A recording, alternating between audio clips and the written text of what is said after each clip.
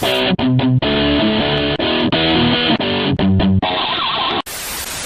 know the theory that all gay bashers are secretly gay? I don't think that's true, because if that were true, then that would make my dad secretly an Arab. Because Arabs are fucking gay, right? But seriously, ew, is that a woman? Cover it.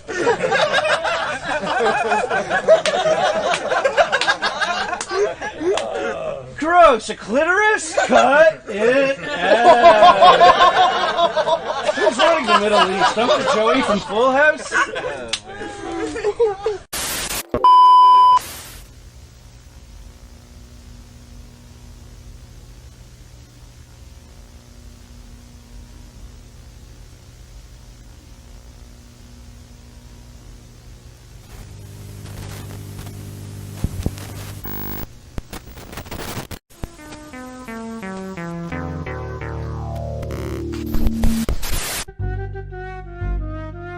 You ever wonder if maybe Kennedy wasn't shot at all? Some theories claim that Kennedy had unprecedented access to the FBI, CIA, and Vatican archives, all thanks to him being the first Catholic president of the United States and all. During a moment of deep contemplation on a Friday afternoon in Dallas, Texas, Kennedy reached total enlightenment, causing his pineal gland to explode. But if you ask this skeptic, it wasn't enlightenment that this president was trying to achieve.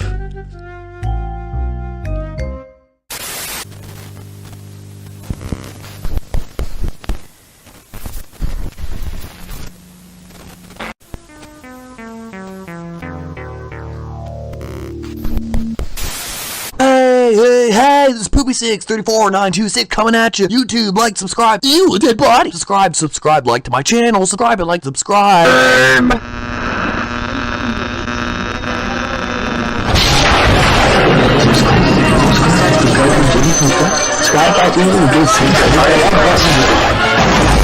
Subscribe, like button. Still not subscribed. Stay tuned for the subscribe test. Because I will subscribe, like,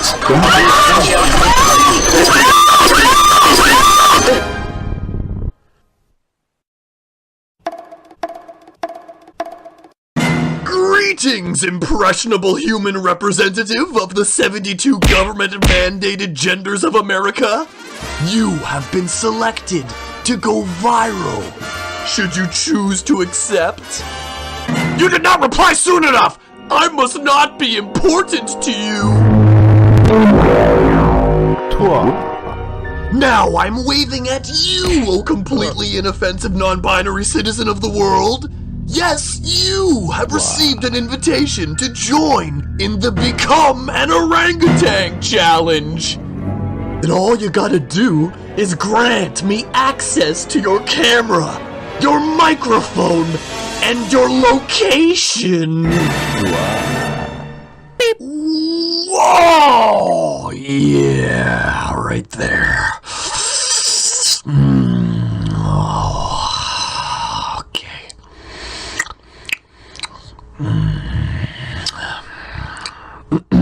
Okay then. Let us begin! First, you gotta find all the bananas in the house. Now stuff the bananas into your desired orifice of choice until you've achieved a simian-like appearance. Once completely engorged, scamper off to the forest on all fours! Quick! Before birth human and fertilization unit find out! Next, we'll... Where'd you go? We're not finished!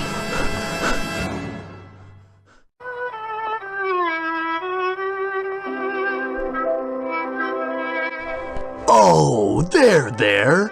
How about a meme or two to settle your nerves? Look! BuzzFeed has just published 32 photos of napping dictators that will warm your heart. Yeah. Really? Well, I didn't want to have to show you this, but you've left me with no choice. So here it is, the newest top 10 all-time fail compilation, starring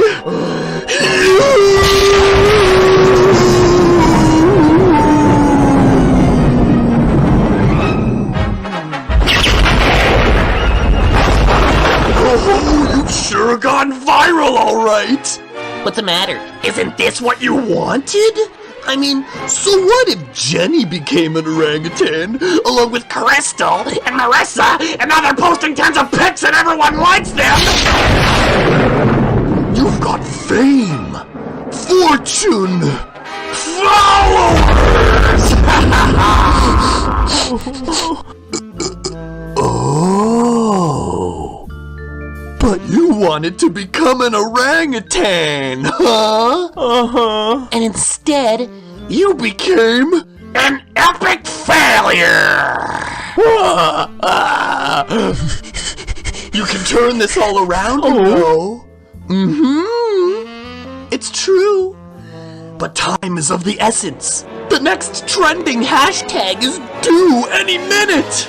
There it is. Bash your head. Bash your head repeatedly against this tree until you're left with nothing but your primal instincts. Bash away, foolish human, bash away! For every bash you shall be awarded a new follower! Now, all that's left to do is post content! Ooh! Oh, yeah! Pinch my screen! Pinch my screen, you influencer, you're a big bad influencer, aren't you? Oh yeah, they're gonna like you. They're gonna like you over and over and over and over, and still it won't be enough, will it? Ooh, swipe right, now left, now right, now left, now hashtag! Ooh. I could feel your post inside of me. It's perfect. Oh, no. You may do the honors. Oh, friend. Old friend.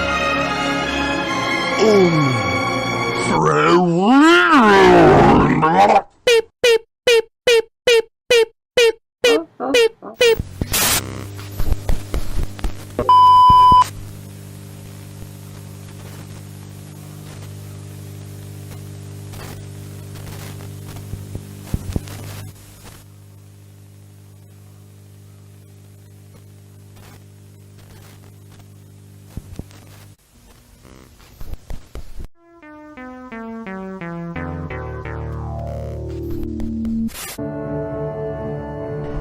Look at them. Touching their faces. Not socially distancing. Acting as though we're not still in the middle of a worldwide pandemic. Selfish. For all they know, I could have a deadly immune disease. I don't. But what if I did? They don't know that. Selfish. But their kids aren't even vaccinated. Little disease vectors, germ factories, unclean, each and every one of them, but not me. Science deniers, racists, Tucker Carlson, watching, conspiracy theorists, Carlson. Maybe someday I'll meet someone who takes the precautions as seriously as I will.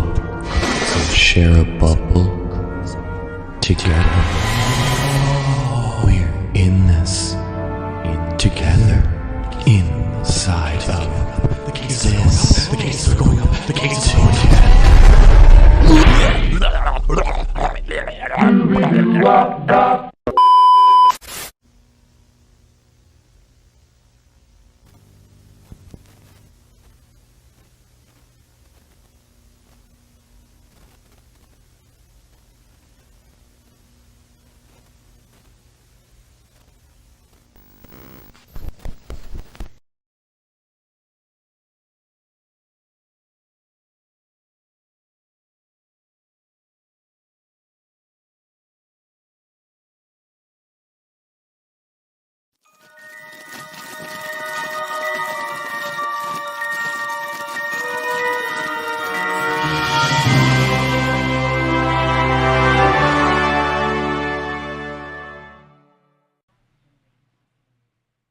Hello, happy Thursday. Welcome to Creative Chaos, a show designed to highlight fascinating people creating fantastic things outside the mainstream. And I just wanted to check in with chat and see who is in here tonight. I see Madness Comic Network says, heyo, and George Washington X, my only viewer that consistently comes every single week. Nice to see you over on YouTube. We've got Truth Quest Aaron Moriarty over on Rumble. Thanks for checking in over there. Usually it's for lurkers, so I will not blame you if you don't check in again.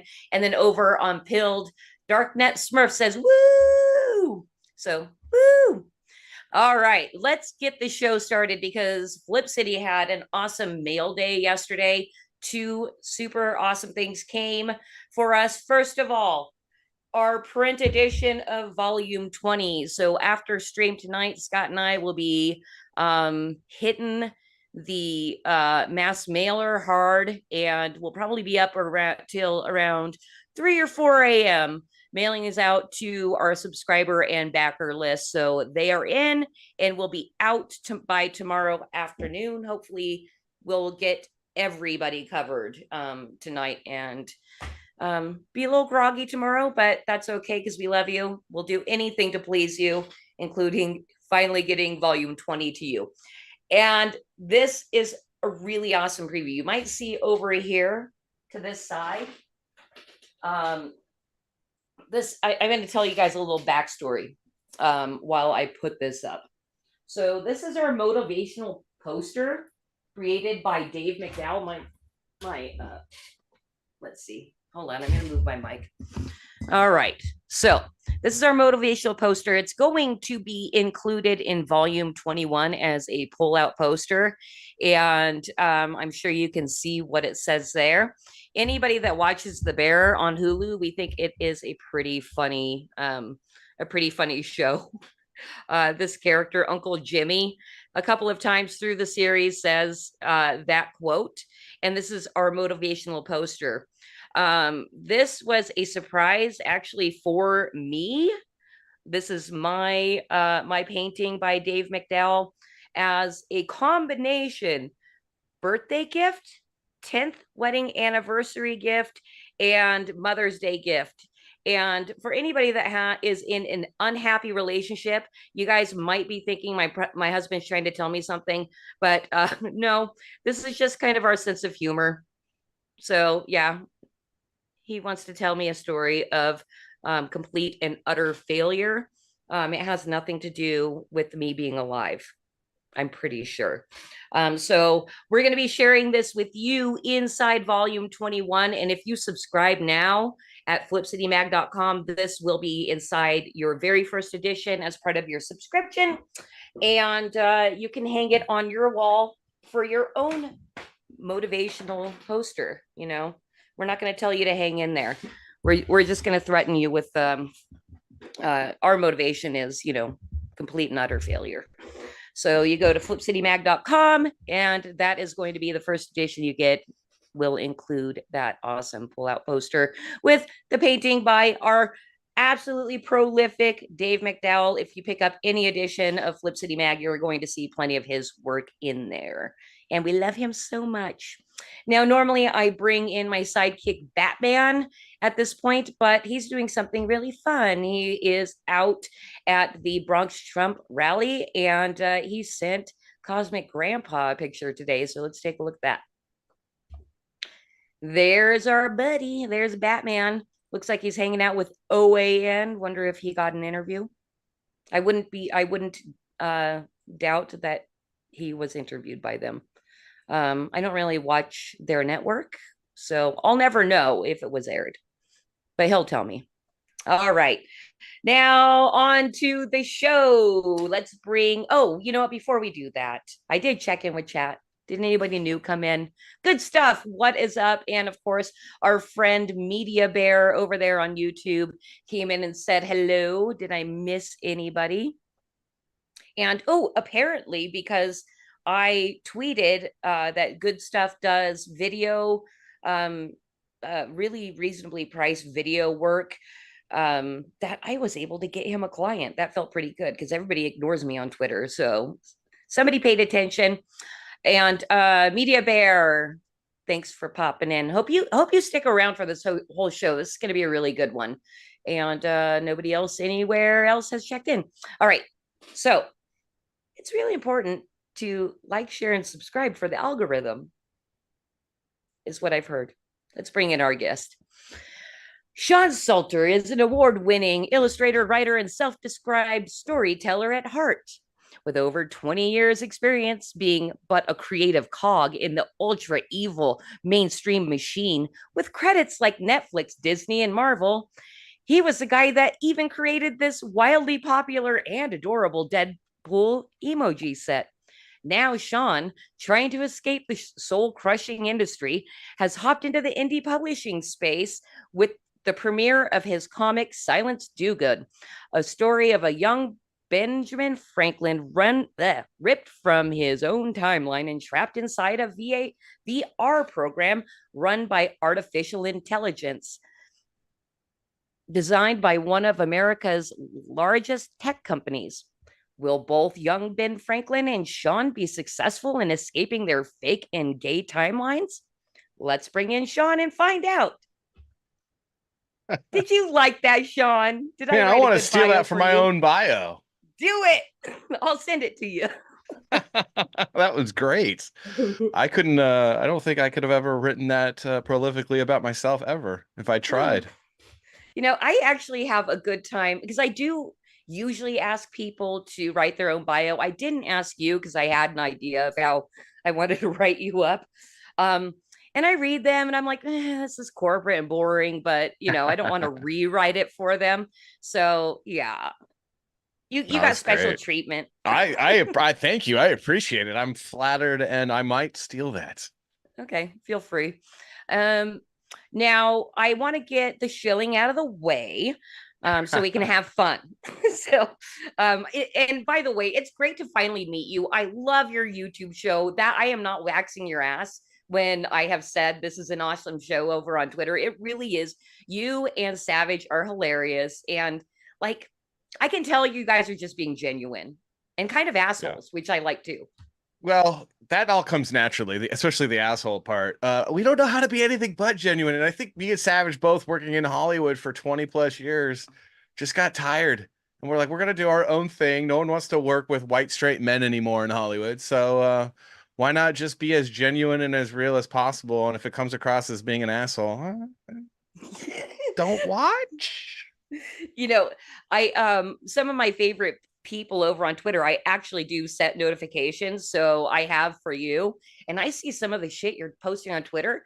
And I saw a recent one where somebody was basically saying you don't get laid, and you're like, I get laid every day, and I get a sandwich afterwards. And I was like, ooh.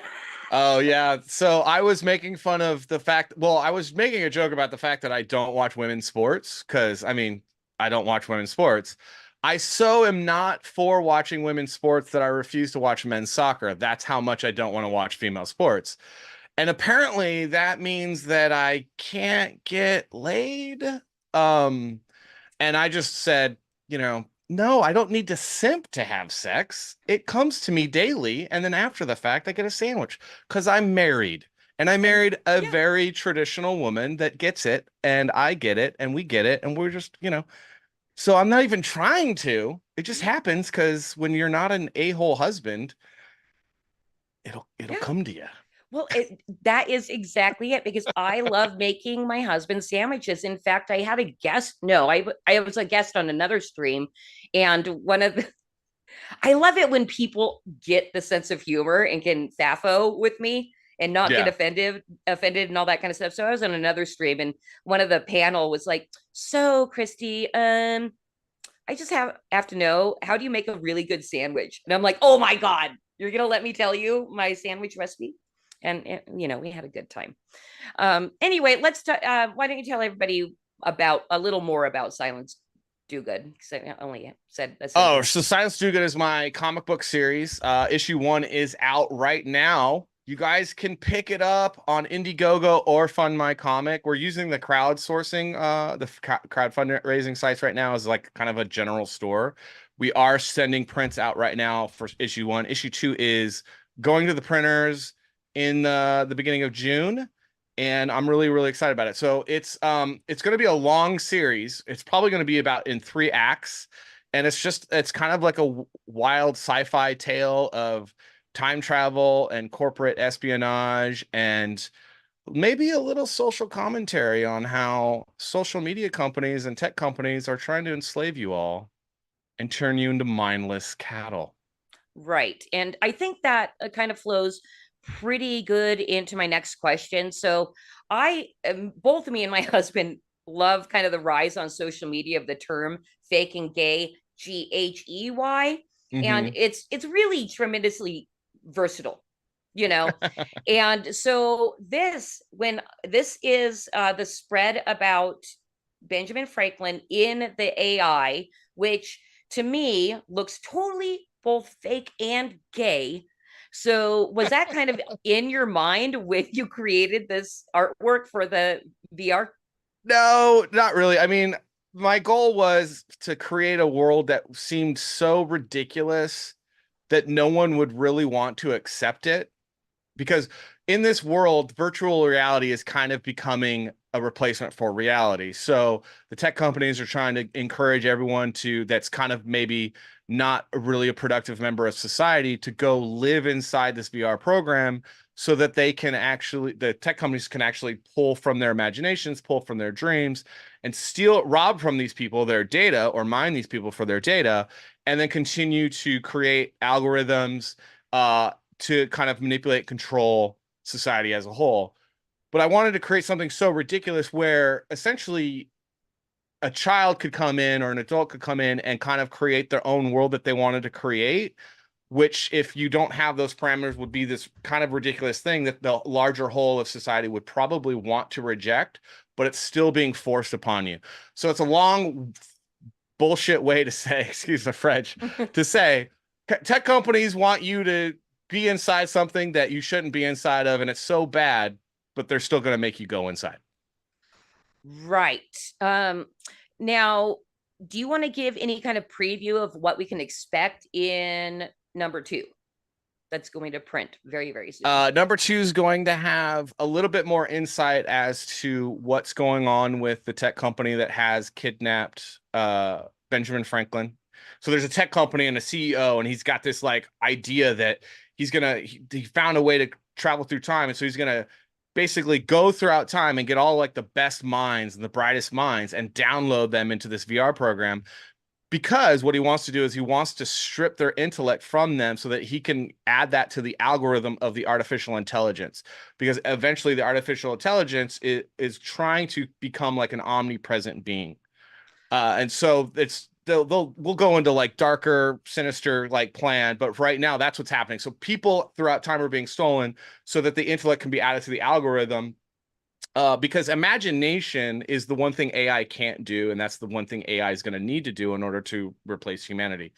So that's kind of what's happening. And so you start to understand that, and then there's a lot of violence and more fighting. And we're introduced to a new heroic character that comes in that will be basically my representation of a man that represents America and the toxic masculinity that will eventually save everyone. Got it. So toxic masculinity. Got it. And I just want to say George Washington X says they kidnapped Ben Franklin. That's un-American. Yes. It's a tech company. Name me one that is. Right? Yeah. Let's see here. So all right. Now, if you were to pick something that's kind of going on right now in our culture or a society, what would you choose? And I know there's a lot, but you can only pick one of the fakest, gayest thing. Wait, repeat the question. I'm Yeah. sorry. I'm a little dumb. Yeah, no, it's fine. If you were to pick one of the fakest and gayest things going on right now in culture, what would you choose? But you can only pick one. Man, other than female sports, It really honestly, is I kind of would flavor of the say day. I'm gonna be super controversial and probably get canceled for this if I'm not already canceled. I would say the forced transitioning of children. I don't know how that would get you canceled. Oh, I'm sure like somewhere in Hollywood that's like, oh, that's bigotry, but it's like let kids be kids and let them grow up and figure it out. Leave them alone, you creepy, creepy weirdo. Yep. That would be my thing. That's a really good choice. And if somebody were to ask that same question of me, I'm just going to steal that from you. But I think I think I might be intelligent enough to come up with that one on my own. Yeah, for Um, me that would be it. I mean, I could. There's a long, the laundry list of that is very long. However, that would be number one. Leave the kids alone. Yeah. right. Yep. Um, all right. Now, okay, something that I really have enjoyed about watching your live streams and following you on Twitter is you talk a lot about the conservative influencer self-describing, okay, because I'm telling you, self-describing as a culture warrior because they can yammer about culture sucking and then doing nothing to support actual culture creation, except for maybe one or two people that already have a giant audience because they're worth it. So can you give me a specialized preaching to the choir rant on this? That's so broad. I think my biggest thing is I just want people on the conservative side of things, conservative libertarian side, to be honest. And I don't see you as a culture warrior unless you're doing something that Andrew Breitbart did all the dang time. Andrew Breitbart was a friend of mine. I wish I could have known him more and longer. A really great guy. Maybe people in your audience don't know who he is. He was a culture warrior, but what he used his platform, and he had a pretty decent sized platform. He used his platform to elevate other people, to highlight other creatives, should have their own show named Dana Lash. And he would elevate so many people around him. And what I'm seeing with these creative influencers, at Daily Wire, the Eric July's of the world that are all trying to make content. It's a grift because they never use their platform to elevate others, because we need more voices, not less. The way that we take back the culture is by having more people making content, more people getting opportunities to do creative things like television shows, animations, comic books, not less. But what they're doing is they're using their platform to kind of get a monopoly over a disenfranchised market and then sell them an inferior product. And so I think that's kind of ridiculous, and it's a grift. Yeah. Yeah, and that's very preaching to the choir. Now, can have you okay, so in the indie space, especially if there's any indies out there creating physical media, you need to basically wear all the hats. Salty, stop going off camera. Sorry, I had a nose itch, and I hate when people scratch their nose on camera. Really? I'm sorry, you keep going. We get to hear all your quirks tonight. You weirdo. Anyway, Yeah, I'm so a little weird. wait, what was my? Oh yeah, so you have to wear all the hats and something because we've been publishing. We're in our 5th year now, so one of my main duties is to go out and beat the drum and grab the megaphone and all that kind of stuff. In our first 2 years, it was really trying to get the people with the largest platforms to talk about us. I was successful a few times, and it always felt so good when I was able to get somebody to talk about us. But often it's more ignoring or straight out no's. I prefer the no because then I can take them off my list, or starting communication and then saying no. So have you done much of that, trying to go to people with larger platforms to get them to talk about you? I have only gone to the platforms where I know that I'm going to be, I have some friends, like Dana Lash is a friend of mine. She had me on her show. Larry O'Connor is another friend of mine. I'm not trying to name drop, but I want to highlight the people that are doing the culture war type thing by promoting people. And they do a lot of the time. And I've been fortunate enough in my life to end up crossing paths with these people and becoming friends. And so they've had me on, but and I will say the one place that I did go to attempt to actually get a little attention and actually even maybe a potential of partnership are two of the bigger conservative markets that I thought that a lot of my IPs would would thrive in and be very successful in. And that's not an option. And the reason why it's not an option is because they're only interested in people who are already currently well known as an influencer. So they're really only interested in more YouTube clicks. So they're going to go after like, people that have a large following already, and not necessarily someone like me who's been working in Hollywood behind the scenes for 20 something years. And that's probably why so much of the content is just straight up garbage. Because there's one thing to be a talking head on YouTube for the last 10 years and get a lot of followers. It's another thing entirely to actually try to make something. And those two aren't always connected. Right. Absolutely. I mean,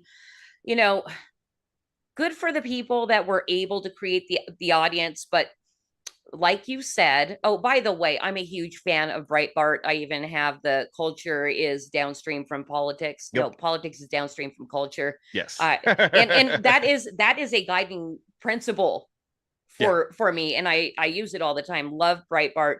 And yeah, it is very disappointing to see that these people that got a hand up at some point, they had to, right?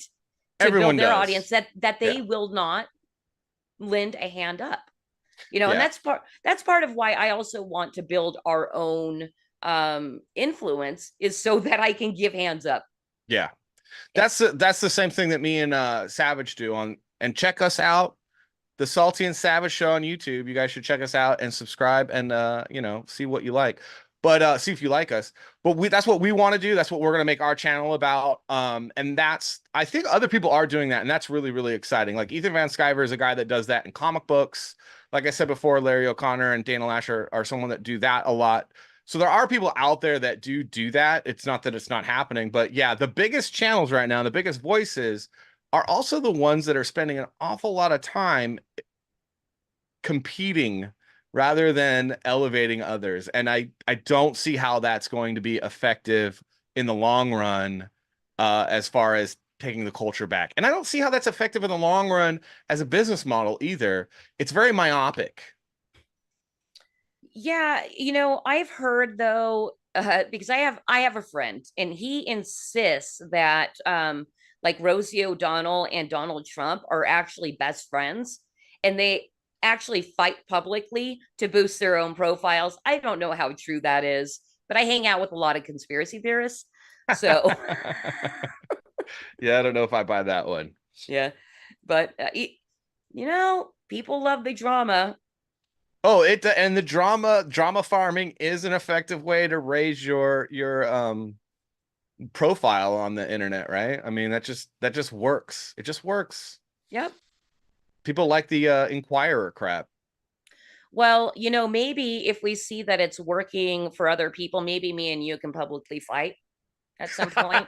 And, I'm sure we can burn each other pretty good. We could. I'm down for the heel turn. I mean, I'm already getting crap for the crap that I say on the internet all the time. So people are definitely they like to talk trash, and I'm here for it. I'm here for the heel act for sure.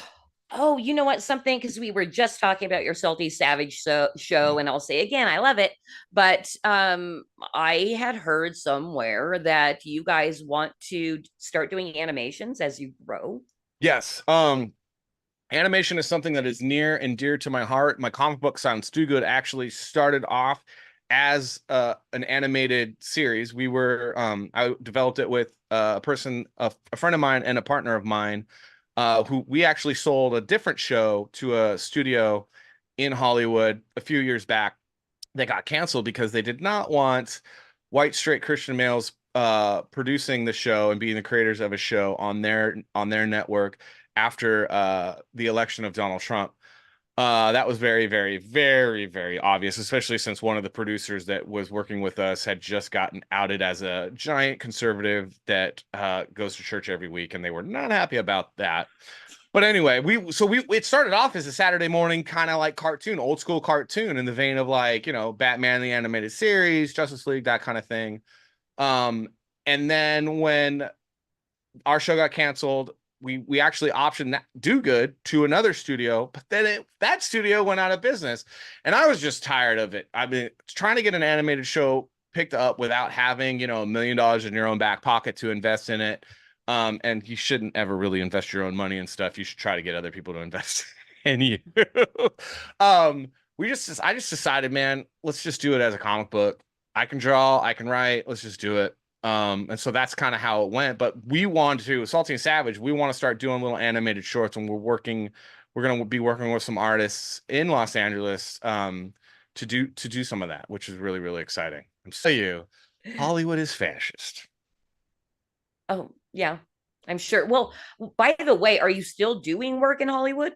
No, okay. I haven't. I left. We moved out of LA and out of Hollywood during COVID.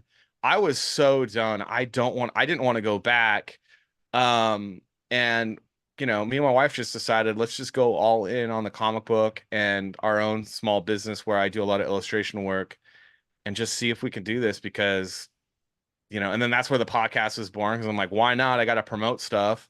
Let's do it. Because I got tired of keeping my mouth shut. I got tired of going along to get along when everyone was constantly preaching to me, evangelizing to me their toxic political views that are killing the country and ruining society as a whole. I mean, if you want to know how bad society is, just go to California. It's terrible.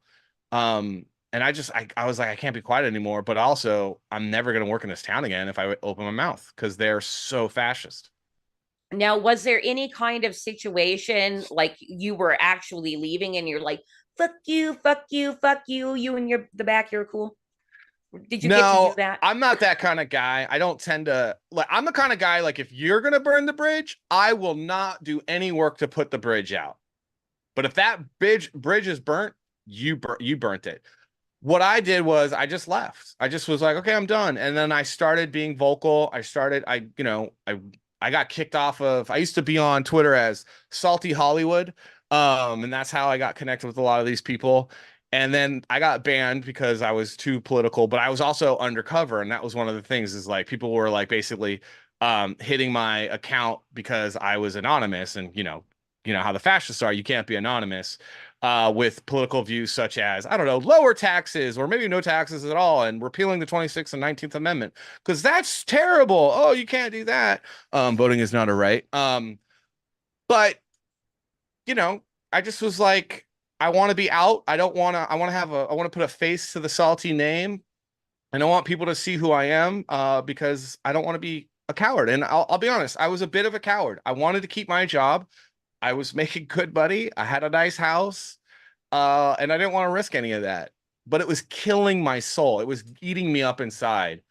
And so one day we just was like, COVID hit. Everything was going remote. I was done. And I was like, let's move to somewhere where it's not going to be as expensive, and just, take a chance, man. Take a risk and just do something, because this sucks. Yeah. And I believe anybody making that kind of taking that risk, I have faith it's all going to work out.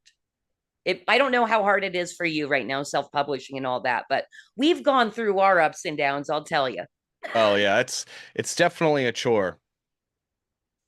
All right, awesome. Well, guess what? We have hit the 30-minute mark, and I just wanted to check and see if anybody else has popped in to chat. And remember, you guys, I'd really like to build this show, because we are doing positive things by interviewing really awesome, not woke creators that are making great stuff out there. So please like, share, and subscribe to this stream, and check back in with us every week, Thursdays, 6 o'clock. I see Media Bear still out there. George Washington X Slow Boy Whiteboard has popped in and said hello, which I just noticed the other day. I think I was in Jay Dyer's stream, and you, sir, are a mod. That's pretty cool. So thanks for popping in over on to the Creative Chaos stream. And Foxhole Dumpster Fire checked in over on the Pilled Network. Thank you and welcome. And that also marks the part where we're going to start getting into segments. And our first segment is called Mansplain. I bet you're good at that. Mansplain. So you've said this a few times already, that you are a straight white Christian and you're male. Yeah. And you're male. Last time I checked. Hold on, let me look. Yeah. Yeah. Not live, later.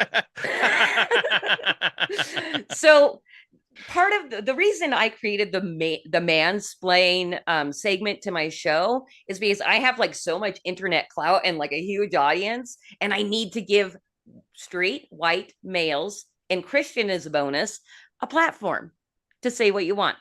And I like to ask questions because also I'm a girl. So I need guys to mansplain things to me. So I rely a lot on men to solve problems, and I'm not ashamed to admit it. And I'd like to know how we could course correct our nosediving pop culture, because it's important, and the mainstream mush is obviously created by committees to be devoured by mindless mass consumers. Is there hope? Please, Salty. Is there hope to fix what's going on in pop culture? Yeah, I think so. I mean, the key is to get back to basics.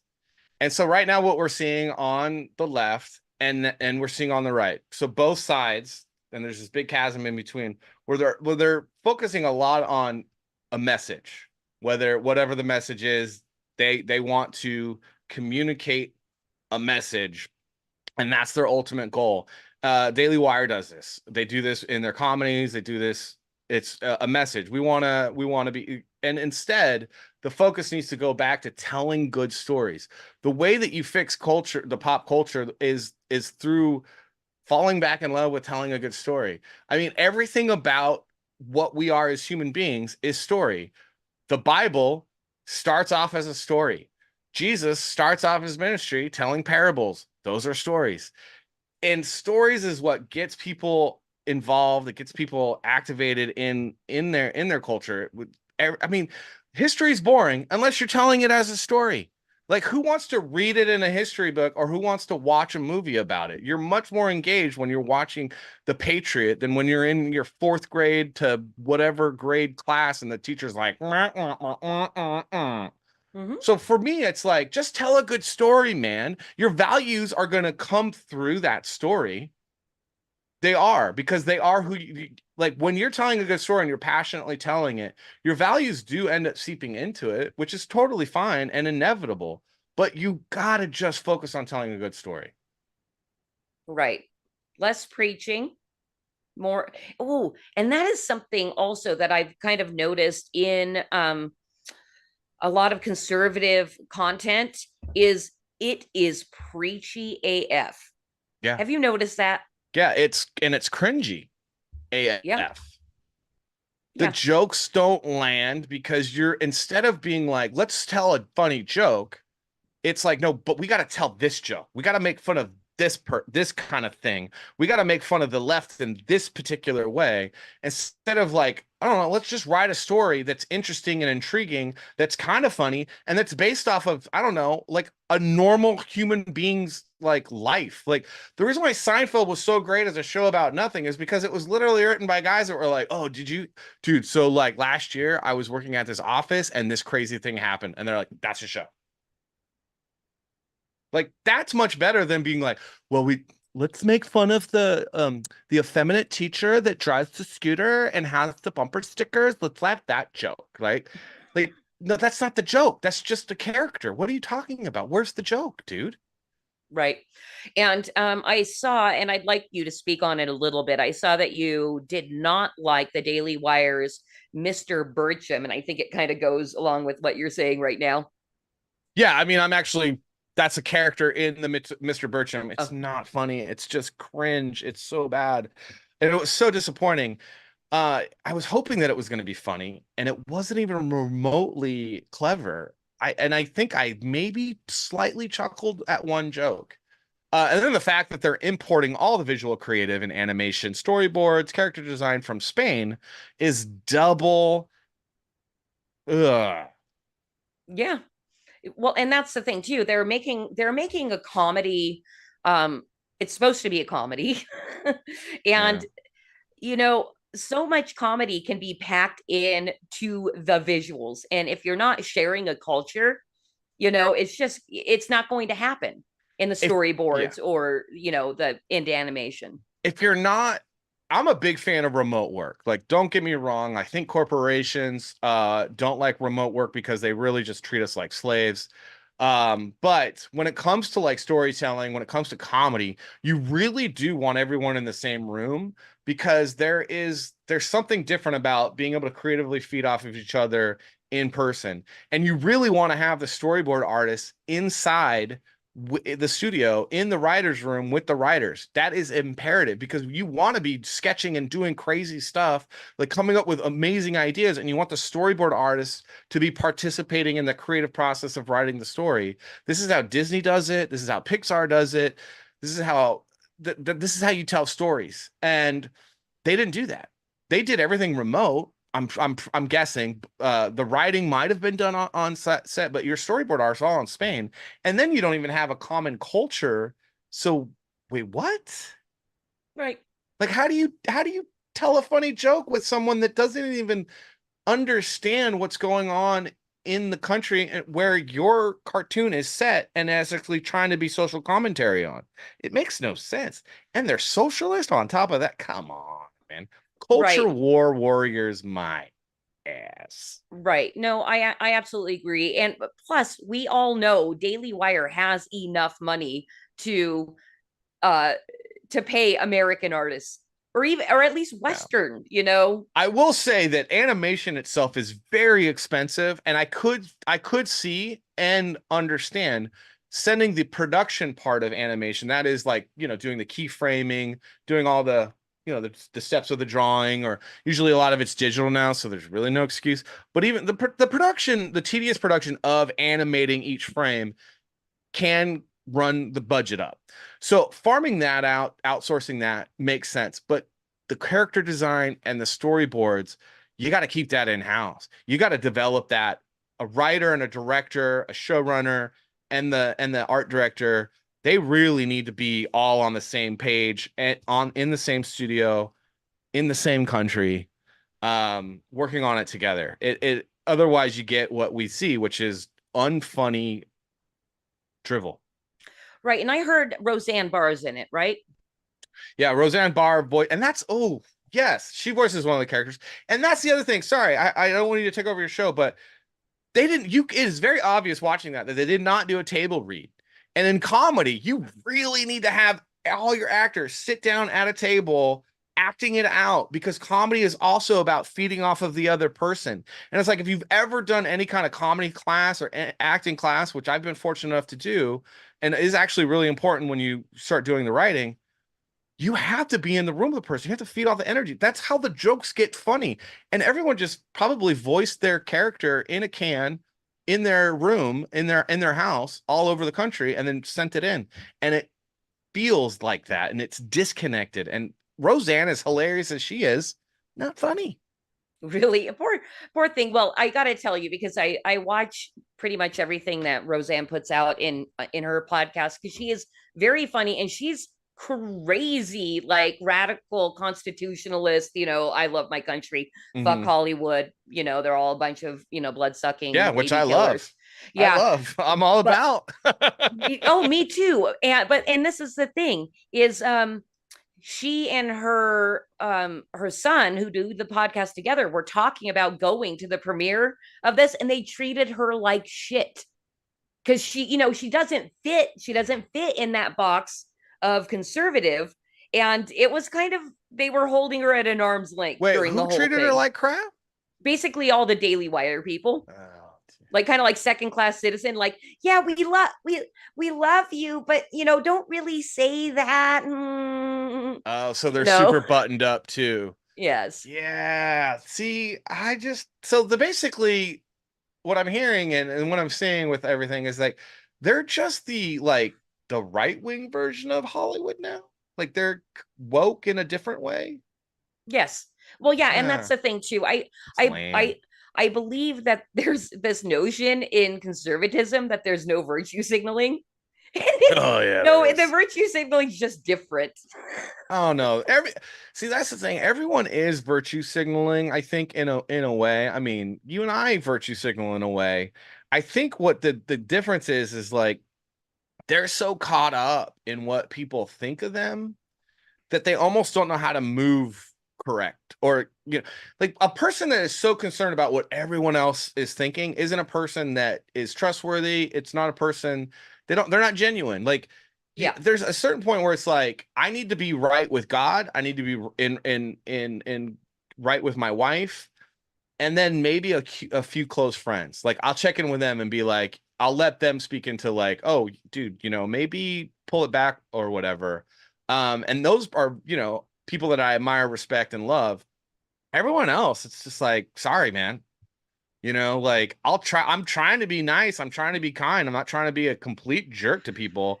But at the same time, if you're going to get offended, you chose to be offended. Yeah. Like absolutely. if you can't get the joke of me like not wanting to watch women's sports because the only people that watch women's sports is lesbians and parents, I don't care, because it's true. Okay. Yeah, absolutely. And and that's the thing too. It's like, whoever you're arguing with about women's sports, it's like, are you really watching women's sports? I doubt it. Nobody is. No. The only reason why they're watching Caitlin Carter right now, or Caitlin Clark, whatever her name is because she's chucking up these 3-pointers like crazy, and it's actually kind of a wonder to see. But when you watch the rest of the game, it's still women looking like they are 4-year-olds running away from their parents, because that's all women's basketball is 4-year-old kids running away from their parents. It's chaos. I don't know. I've never watched it. Well, I don't like sports at all anyway, so I don't watch. I love any sports. I grew up playing sports. My wife was a jock in high school. We went to high school together. She played basketball on the high school team. I played basketball. And she will tell you, women's sports is kind of a joke. I don't have anything against women playing sports, though. It's exercise. Totally fine. No, don't get me wrong. That is totally fine. And I am so against biological males playing in female sports that I don't think men should be allowed to play soccer. That's how against it I am. However, I don't care. You can't make me care. And I'm going to say that I don't care because nobody does. And if you have a problem with it, that's really funny, though, because if I were to choose any sport to watch, it probably would be soccer. But soccer's not really a sport. It's more of a situation. Maybe that's why you like it, because women kind of like soap operas. Oh. Those are situations. Soccer is basically a situation. That makes sense. It makes sense. All right. Well, and I think it's time for us to head into our next segment, because I have a really important question for you. And this segment is called Creative Chaos Conspiracy Corner.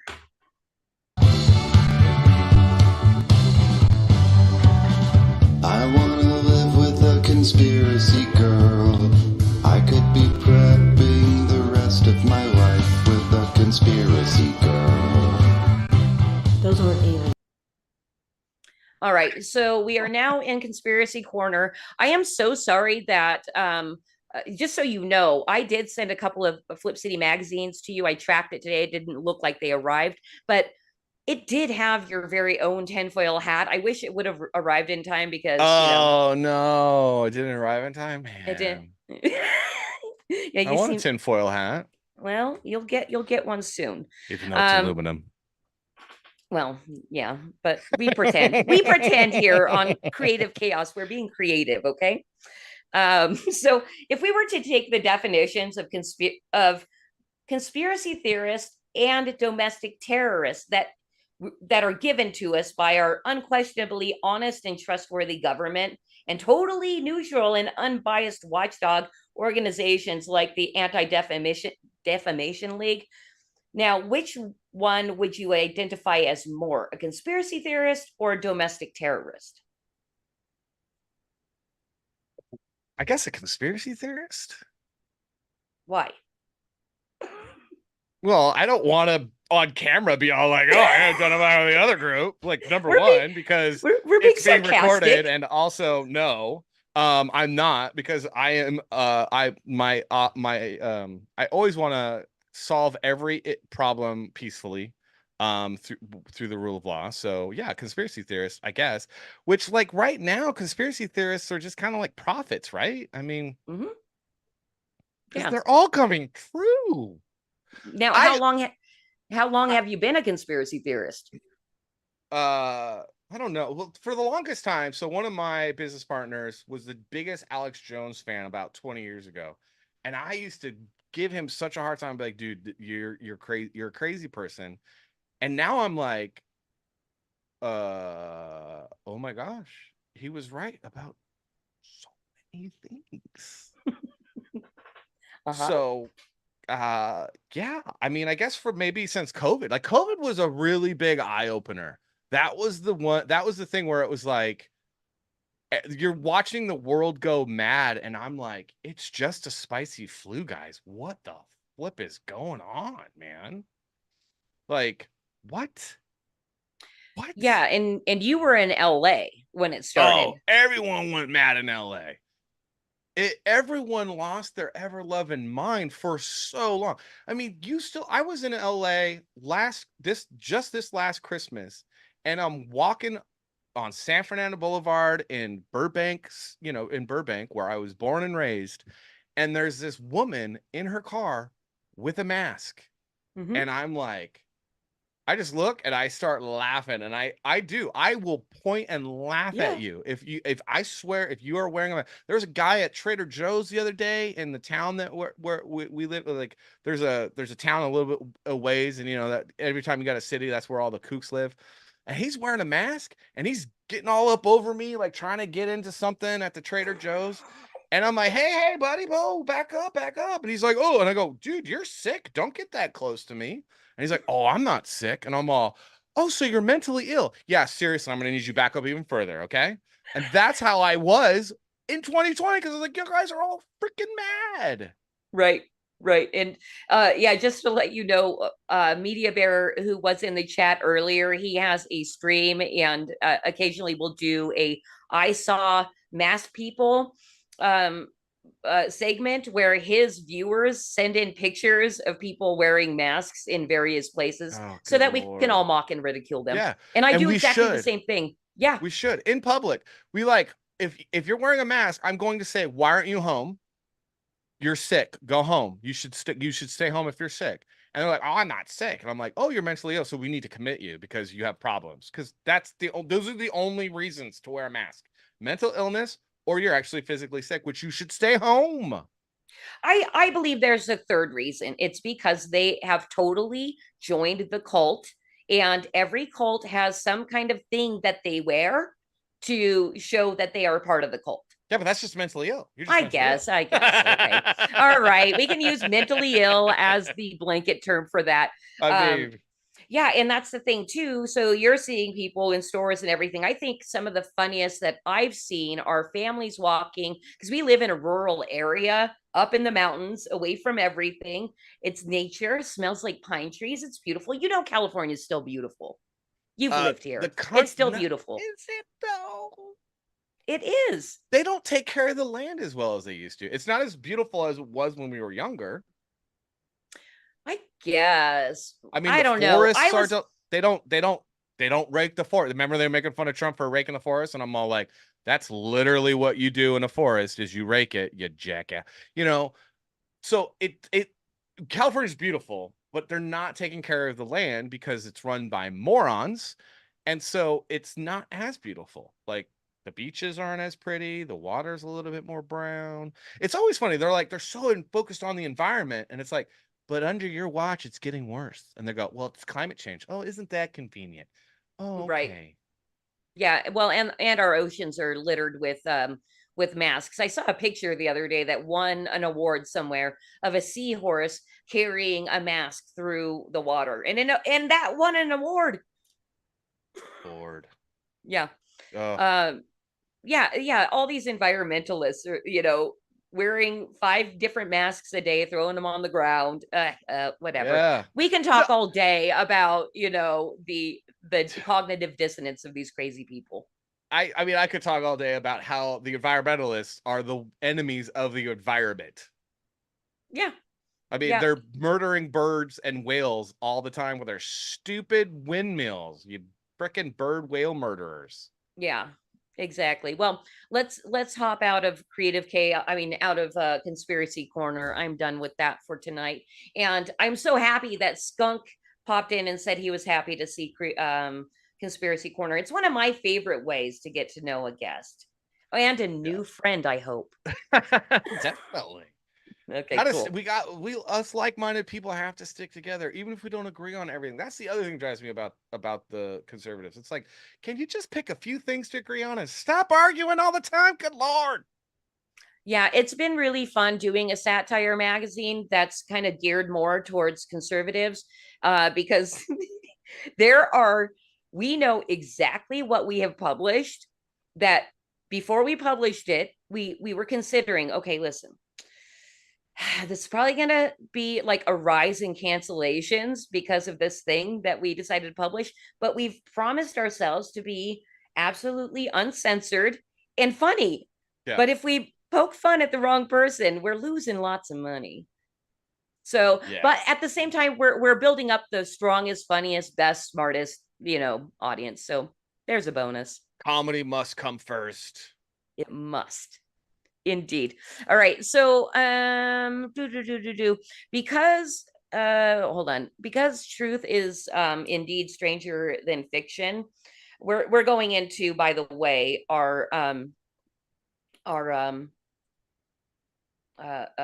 branded segment. You can't leave a Flip City stream without being branded Flip City. So whether you like it or not, it's going to happen. And eventually, I'm going to have a real brand. You already do. No, I mean, no, literally, it's going to be on the actual, like kind of like Nixium. We're going to put our initials on you. Anyway, so today, because you are a California refugee, we've already established that you're happy where you're at, but I chose something that is going to kind of remind you of why you're so happy to not live here anymore. And cause if we can just bring up the first slide.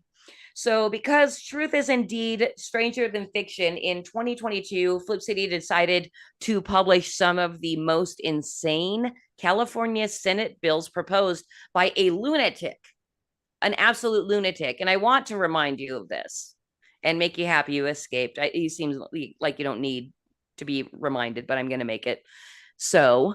So I'm going to read you in on this. And there's a couple of bills when they come up, you're going to read. Is that okay with you? Oh, I don't have my glasses. Oh no. I can't read unless I have my glasses. I can read them to you. Okay. I'll read them to you. I'm a little slow. That's all right. All right. So here's our little intro here. And this, since you can't see, since you're an old man and you can't see, this is kind of a satanic looking Newsom illustration.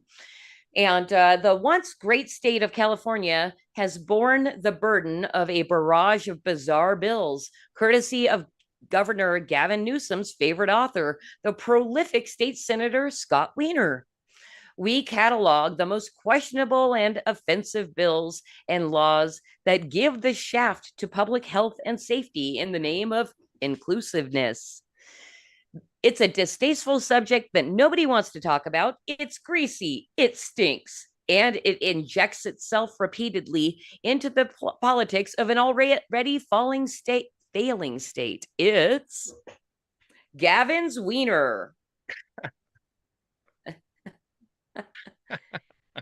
and then just because you're blind, Gavin is writing on the back of the I can senator. see the pictures. It's the reading. I have to have my reading glasses to read.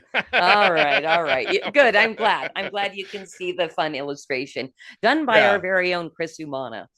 All right, State Senate Bill 145. Wiener promoted this bill, relaxing the penalties for having non-forcible sodomy, oral copulation, and sexual penetration with a minor for no specific reason at all, and certainly not to head off any future charges following police interviews with multiple loose-lipped associates. From the text, this bill would exempt from mandatory registration under the act a person's convicted of certain offenses involving minors if the person is not more than 10 years older than the minor, and if the offense is the only one requiring the person to register. This distinction between vaginal intercourse and other forms of intercourse is a relic of California's discriminatory past, and it's time to bring an end to it, stated Weiner, which was followed by the sound of millions of heads shaking. And that was signed into law by Newsom, September 2020. I remember I was still in California. Were you one of the millions of heads shaking? I was very disgusted, and I actually was more disgusted with all the Christian churches in California for not like making a ton of noise. Yeah. The American church in general is just dead and pointless, and no one should go to church if your church is not especially in California. You should just check out of your church. Stop giving your money, stop donating money to them. Walk out, walk away, go into the forest and get with God there, because your church should be organizing and should be effectively campaigning against this demonic lunacy. This is evil. This is absolute evil. Absolutely. You're absolutely right. It is. And I'm tired of pretending otherwise. Like, this is evil, and that's what that is. And we need to be able to live in a society again where we just call things that are evil what they are. They're evil, and this is evil. Yeah. I think we're doing an okay job online. I'm glad people are getting a little more free speech over on the large platform of Twitter. I know there's still, people are being banned and all that kind of stuff, but I guess that's kind of the most grassroots I can imagine happening right now. No, I mean, I think that individuals are doing a lot. It's just that you have an organization in the body of Christ. You have an organization in the church that is actually supposed to advocate for the voiceless and the weak. And they're not doing crap because they're so worried about the bad publicity and people not coming to church and donating money, that they're just these it's like, dude, have you not read the Bible? Like, you're Ahab and you're dumb and it's stupid and no one should go anymore or give you money. You're pointless. There's no point to you. Do something. You have the infrastructure. Get off your ass and do something, or shut up, dude. Like, shut up. Yeah, really, really good point. And, this might kind of connect with the whole kind of clout thing that we were talking about earlier with platforming smaller indies, making good stories, all that. Mm-hmm. But I would feel pretty confident that the smallest churches are doing it, but they just don't have that clout. Yeah. It's the bigger ones that are worried about losing congregation and money and all that kind of stuff. Well, I would say you would think that, but as someone who used to be very involved in ministry when I was younger, even volunteering on a pretty almost full-time basis for a bit there, the smaller churches aren't, because honestly, if the smaller churches were active and were going out into the community and trying to do something, people would be going to those churches and turning them from small churches into large churches. I think it's just there's something wrong with Christendom right now in America. The church is fat, lazy, and content. And it really shows in our culture, because bills like this should not have ever, shouldn't even have been like a thing. Like, the guy should have been not only laughed out of the state assembly, he probably should have had police knocking on his door asking for his computer to see what he's got on there. Yeah, good point. Let's go ahead and go over to the next one. I've only picked two of them. So this is Senate Bill 866. Creepily named. Oh, sorry to interrupt you. I just have to do, there's one comment I do need to clarify. George Washington X. My message to the American church isn't shut up. My message to the American church is start doing something, or just shut up. And what I mean by that is, like, I don't want to hear your message about Jesus anymore. I don't want to hear the sermons. I don't want to hear I don't care. I don't care. Do something in the community, start moving in the culture, or shut up. No one needs to hear from you. It kind of more like stand up or shut up. Put up or shut up. Anyway, sorry. Just wanted to make real quick. Good. I'm glad you saw that comment, because I was going to read it to you. Cool. All right. So Senate Bill 866, creepily named the Teens Choose Vaccines Act, and we know queens like teens. SB 866 would allow all children age 12 and or older to receive any and all available vaccines without parental knowledge or consent. Quote, we shouldn't allow misinformation or parental neglect to prevent teens from getting the vaccine they need, unquote, said the creeper. But evidently, we should keep medical secrets from our backwards parents who are lucky enough to foot the bills for the consequences of our bad life decisions. And this past Senate, I did a little research to see, because this was published in 2022, this piece that we did. And back then it passed the Senate vote by 21-7, and then it was heading over to the assembly. So I wasn't able to find if this ever has, is at the point of being signed into law or what. But something I found out, and I didn't know this was a thing. So this obviously has to do with the COVID vaccine, right? Apparently, HPV can be acquired by kids 15 and older without parental knowledge. Did you know that? Yeah, I did. Oh my gosh, I found that out and I was just sickened. Mm-hmm. How do you feel about vaccines? So, well, I was very pro-vaccine, still kind of am. I mean, vaccinating against polio and smallpox and scarlet fever, I think that's all really, really good. But a vaccine is supposed to inoculate you.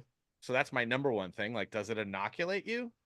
So your little shot doesn't inoculate me. It actually is just a boost my immune system. So that's a flu shot. That's not a vaccine. It doesn't inoculate me.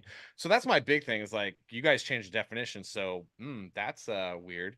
But secondly, it's like, I don't believe in any kind of medical treatment for kids without the parents' consent. Like, right. End of story. And I mean, there used to be this big debate in conservative circles. They were like, oh, we got to do vaccines. We got to vaccinate kids, because they go to government schools and stuff. And it's like, well, first off, they're forced to go to government schools unless they're homeschooled. And we've made it almost impossible for, middle-class parents to actually just educate their kids on their own, which how it used to be. And we were a lot more free back then. So now you're forcing kids to go to school. They have to get vaccinated. Doesn't your vaccine work though? Like, I thought vaccinations worked. So why does it matter that one kid doesn't get it? And this whole thing, well, everyone's got to get it, which is just a new invention. And so anytime you're reinventing words, you're changing the meanings of things, and you keep moving the goalposts on stuff, I don't trust you anymore. And in fact, because I don't trust you anymore, I'm not going to do what you tell me to do. Right. Spoken like somebody that wishes to be a sovereign individual. I don't believe that's even possible. No, the left is always against autonomy. They're always against self-determination, and they always have been, because the Democrat Party is a pro-slavery party, always has been, always will be. Yeah. D is for demonic, the R is for retarded. Yeah, it's pretty good. I'll have to commit that to memory. You heard it here first. And then just this tweet that came out around that time. So I can't read the very bottom. It's not that good, but Wiener tweeted, "This guy just gave me a bill idea, offering Drag Queen 101 as part of the K-12 curriculum. Attending Drag Queen story time will satisfy the requirement." Yeah, that's our senator out there tweeting. He honestly needs to be investigated.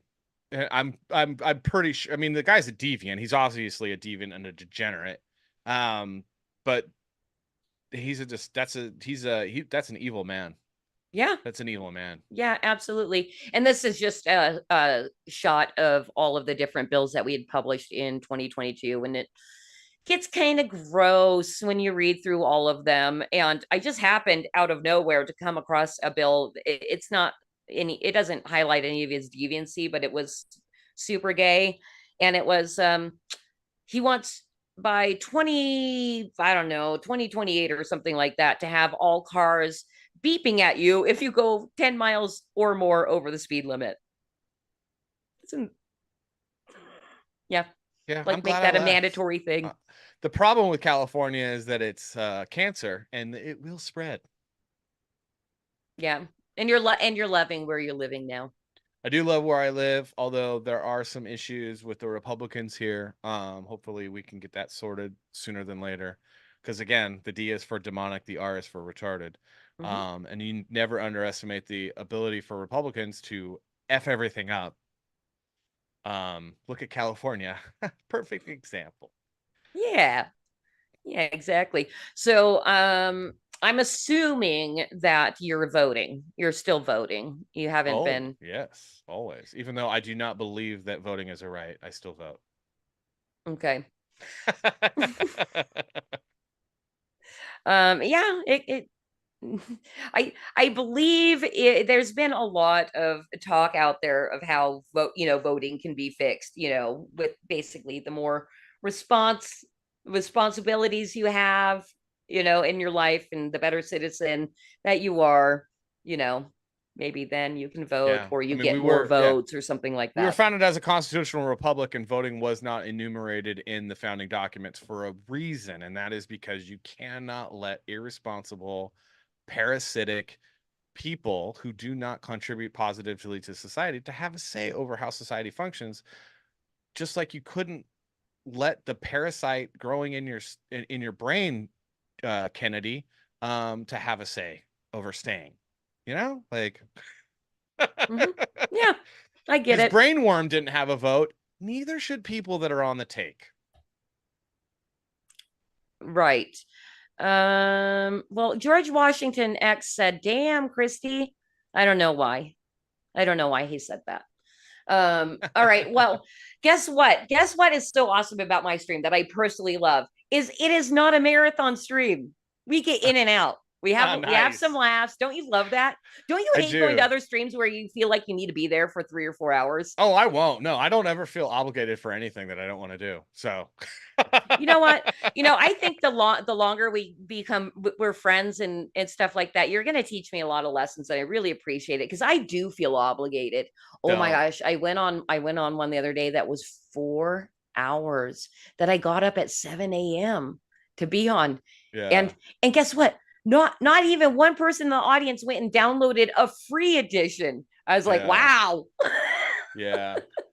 I've noticed some of the streaming, like I've become friends with one streamer, and he's like, "Oh, you coming on the show?" And it's like at 8 o'clock, I'm out, and he's like, "Oh," and I go, "Dude, I got a life, bro. I gotta go." He's like, "Oh, we're gonna keep going though." I'm all, "Okay, have fun, bye." Although marathon streams are fun if everybody's having good laughs and you don't feel the pressure that you need to do something and Yeah, you're drinking. yeah, because I want to be there. Again, see, don't ever feel obligated. If you start feeling obligated, it's a good time to just like, okay, I'm done. But if you're having fun, yeah, dude, I don't care. 6 hours, let's go. If it's Yep. fun, Yeah. Yeah, like, absolutely. and I don't have anything else to do, which is super rare. Well, and I'm actually sticking really close to my 1 hour. Sometimes we go 2, and I would probably try to keep you on longer, except for I have magazines to fulfill. I'm going to be up till 3 or 4 o'clock Oh, in the morning doing our bulk mailing. It's going to be super fun. I do love spending time with my husband, fulfilling basically we call it our paper baby. that's awesome. It basically takes all of our money and Yeah. attention, just like a baby. Yeah. But we love it. It's the same way with us right now. But there is something wonderful about doing something that you're passionate about with the person that you love that is equally passionate about it. It's actually a wonderful thing to do. And I just want everyone in the country to have more liberty so they can do that too. Yes, absolutely. I mean, if you're brave enough to do it, it does take a lot of balls, especially doing it as like this is our only form of income. Yeah. So go buy Flip City Mag at flipcitymag.com and check out Salty's Indiegogo, which I have linked in the description and the pinned comment.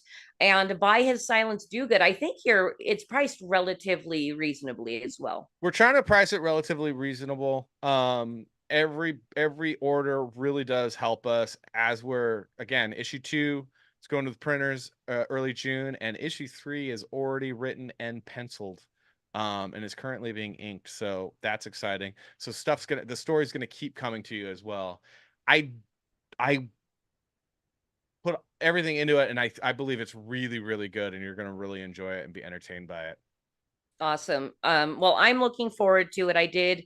Oh, and just so you know, Sean, I've never been a comic book fan, but I've decided, so thank you, number one, for sending me basically we're trading stuff. You're gonna get yours soon.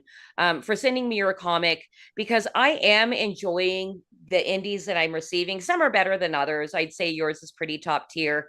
And I've decided I'm going to start getting into comics, but I'm only going to read indies. Good. Yeah. Good. So there's a whole industry out there right now called Comicsgate. That's a lot of freedom-loving, more liberty-minded indie creators that are making some good stuff.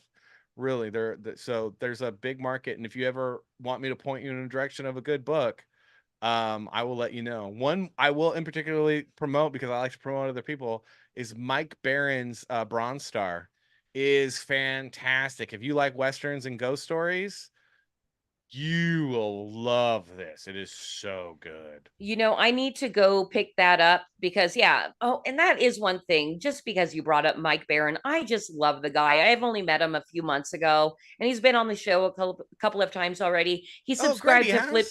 Yeah, and he's subscribed to Flip City and gave us one of the best freaking quotes. I made a short out of it. He said, Flip City is better than Mad or Cracked ever was because it's actual satire and it's biting. Nice. It felt really, really good. And he said that on my show, and I reacted all like, oh, because it feels good, man, when people say nice stuff about your work. Yeah, he's great. He actually helped in the making of Silence Do Good. He actually consults on it. Helps me because it's my first comic book and I wanted it to be really great, so I just decided to tap him and hire him. I mean, I hired him, but to really help with the script and make sure that it was up to par to those standards, and he's been great. Yeah. Now, of course, I directed everybody to go check out your comic on Indiegogo. Where else do you like people to follow you and interact with you? Oh, you can always follow me on X, Twitter, whatever it's called. That was really dumb rebranding Elon Musk. At Salty Draws, all one word, salty, like, I'm salty, and draws because not my underwear, but that I draw. And then if you want to check out another podcast show on YouTube, Salty and Savage Show, Salty Savage Show. I think we're Salty Savage Show on YouTube. It'll come up, just the Salty and Savage Show. You search for it and we should be there. Yes. And we are always trying to make people laugh and be ridiculous and promote other creators that are making cool stuff that you should check out. Yeah. And you're going to have me on soon. Oh, yeah. We start doing guests when Savage is also escaping California and he's moving right now. So we took the week off because he's in the process of moving. And once he's settled in, we're going to start doing guests. And yeah, you're definitely coming on. Woohoo! All right, we're gonna have fun over there too. And you never gave me shit about Zoom, but that's okay. You can give me shit on your own stream. It didn't come up. There was no opportunity. She does Zoom, guys, like a boomer. What is that about? Zoom is evil. Don't use them. This conversation right now, if this podcast that we just did got 1 million views and made money, they could take legal claim because of your terms of service. So rude. So rude. Look, you see my pronouns? My pronouns didn't even update. I have my old pronouns. People at work were not happy about my pronouns. Oh, because it was that? Yeah. King Lord? Yeah. Good. We could just make up pronouns. I'm identify as King and Lord. Trolling is the best, and you seem like you're probably top tier, cream of the crop. troller. I'm a little nicer online, kind of. All right. So thank you so much for joining us tonight. Thank you, Cosmic Grandpa, for being an awesome producer that uses Zoom like a boomer. And of course, one more time, it's really important to like, share, and subscribe to like feed the algorithm, I guess. We say all kinds of stuff that we're not supposed to be saying on YouTube, but we've never been struck. And it's because you guys aren't liking and sharing it enough. Like, come on, let me get struck, guys. We're not going to shut up. We're just going to keep saying things that we're not supposed to say. But that's when we're going to get struck, is when like we're really close to making money or start making money. So like, share, subscribe wherever you're viewing. Thank you guys for being here. Come back next week where I am actually having 2 people on. I'm having Broken Compass Entertainment coming on. So I'm having Odin and the other guy. He called him a retard. So we're having Odin and the retard coming on, and it's going to be a good time. They said they're also a little bit salty. So those are my favorite kinds of guests. So thank you and good night. Thanks again, Salty. You guys go check out those books. Thanks, chat. Bye, guys. See you next week.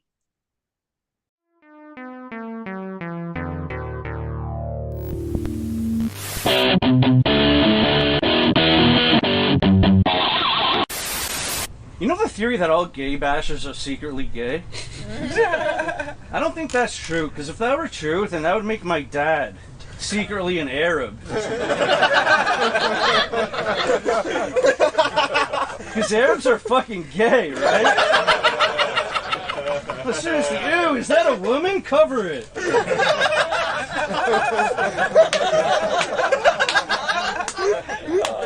Gross, a clitoris? Cut it out. Who's running the Middle East? Uncle Joey from Full House?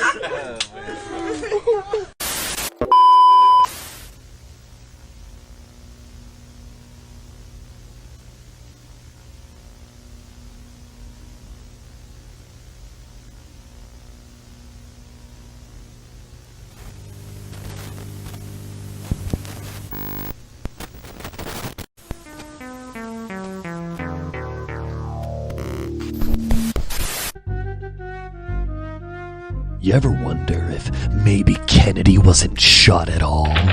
Some theories claim that Kennedy had unprecedented access to the FBI, CIA, and Vatican archives, all thanks to him being the first Catholic president of the United States and all.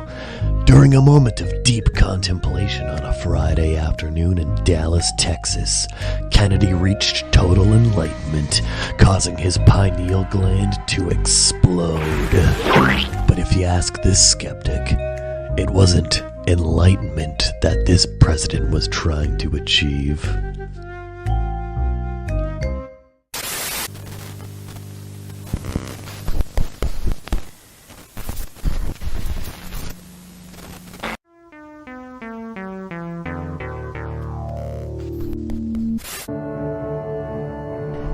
Look at them.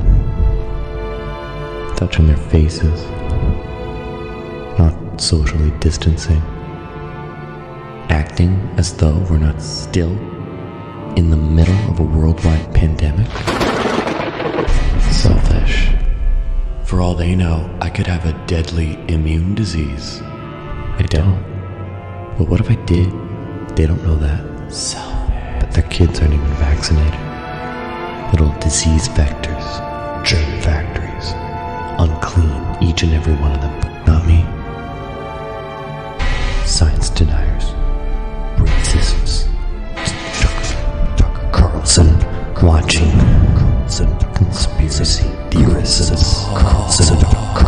Maybe someday I'll meet someone who takes the precautions as seriously as I will. Share a bubble together.